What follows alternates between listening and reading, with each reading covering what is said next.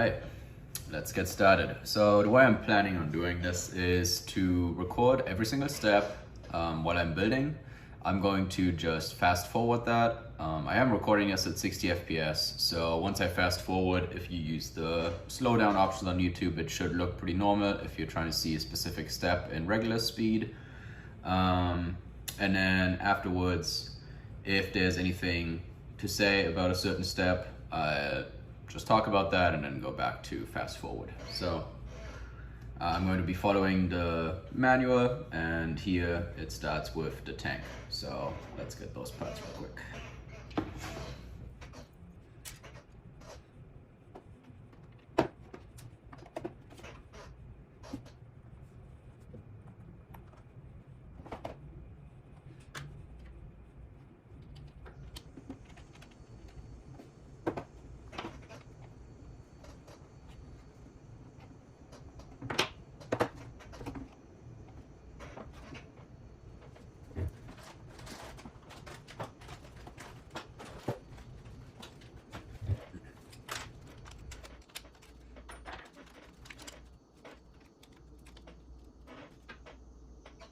So I am actually going to leave the clunk line out. The way this is built with the hole right here and the frame going along here, I can still access this later, and because I'm going to be using the Lynx clunk instead of the regular clunk, I'll just be doing that towards the end. So I'm going to start moving on to the main frame.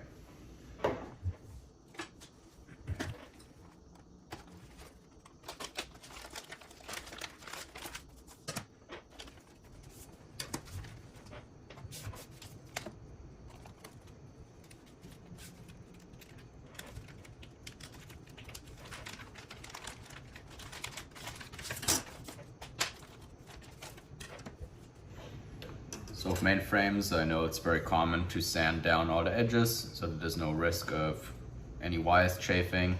But I actually prefer to only sand at the end and then only sand the parts where I'll actually have wires running over. One, it saves a bunch of time, and two, sometimes it looks ugly. So like you can get a little bit of, if you sand it a bit too much, you sometimes start sanding somewhere on the surface and whatnot, and it's a bunch of dirt, and that's really just not necessary. It also saves a bunch of time if you don't have to sand every single little edge. So I usually tend to do that at the end, just where the wires are and nowhere else. Also, these actually feel pretty smooth. I don't think these are as rough as some of the other frames I've seen.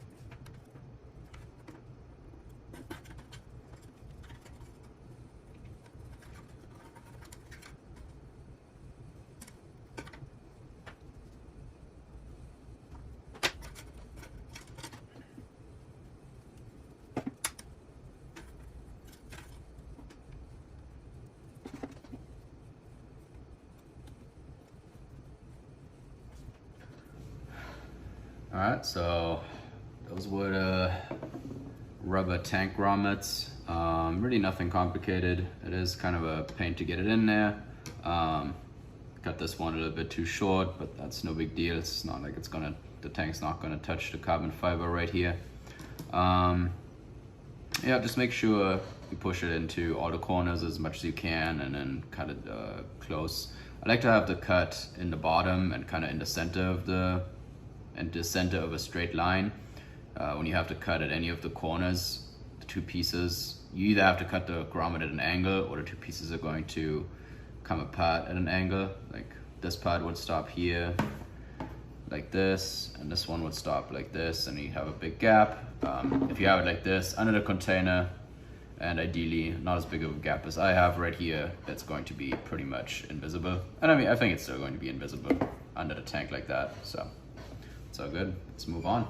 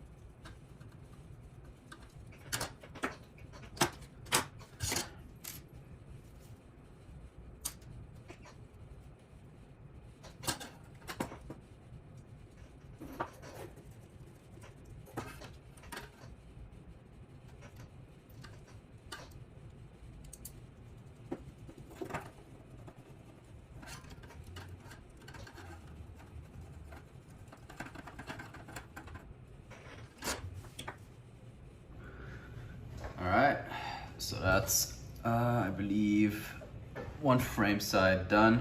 So I'll just give you some close-ups. So this is what it's supposed to look like right here, with the servo mount right there. This is for the elevator servo.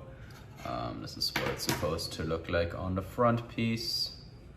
As you might have noticed, I did not Loctite any of the screws. It's usually a better idea not to Loctite screws on the frame until everything is fully assembled, because you want to keep them just a little bit loose so everything can straighten out. Also of note is I kept these on. I put these back in just so I wouldn't lose them. I don't want to have a gigantic pad spin and have to try to figure out where every single piece belongs. Also the 2 screws that go into the servo mount, quite a bit longer, so make sure the 2 long screws are in the front here or towards the center, and the 2 short screws on the outside.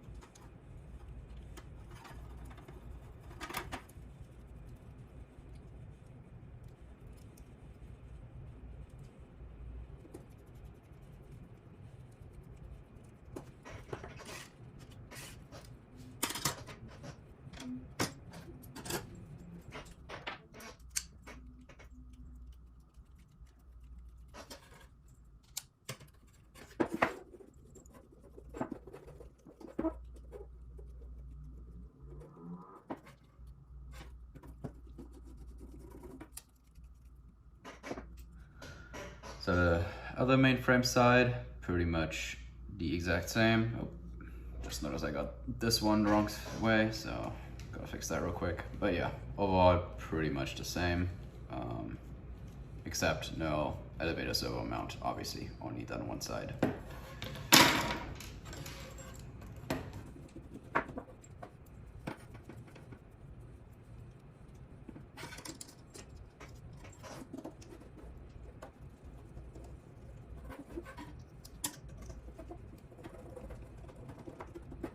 Alright, fix that. And obviously I'm trying to keep all this kind of stuff, all extra screws, I keep all those on so I can keep track of easily when I figure out everything on.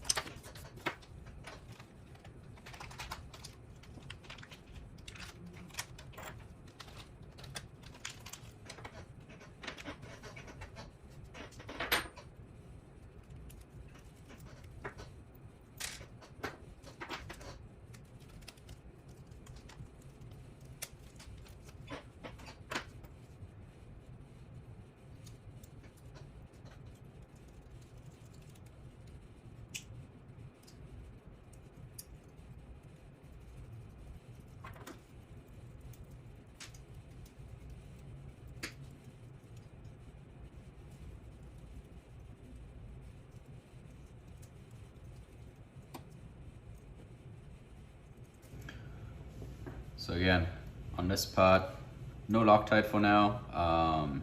I will loosen these screws up a little bit before I put the tail in, and then tighten them down, clean them, Loctite them, all that stuff at the end. On these 2 parts, the 2 aluminum parts here are symmetrical except for the screw that actually clamps in the tail. I would just recommend making sure that those are both on the same side, so that if you ever have to take the tail off, you can access them both pretty easily and from the same side and have to turn the helicopter around.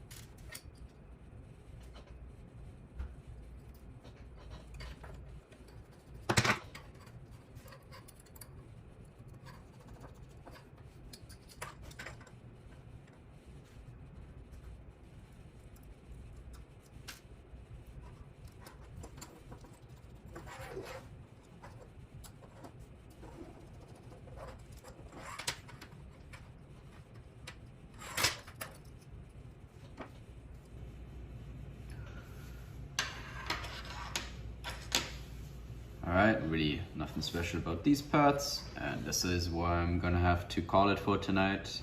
Thank you for watching, and see you next episode.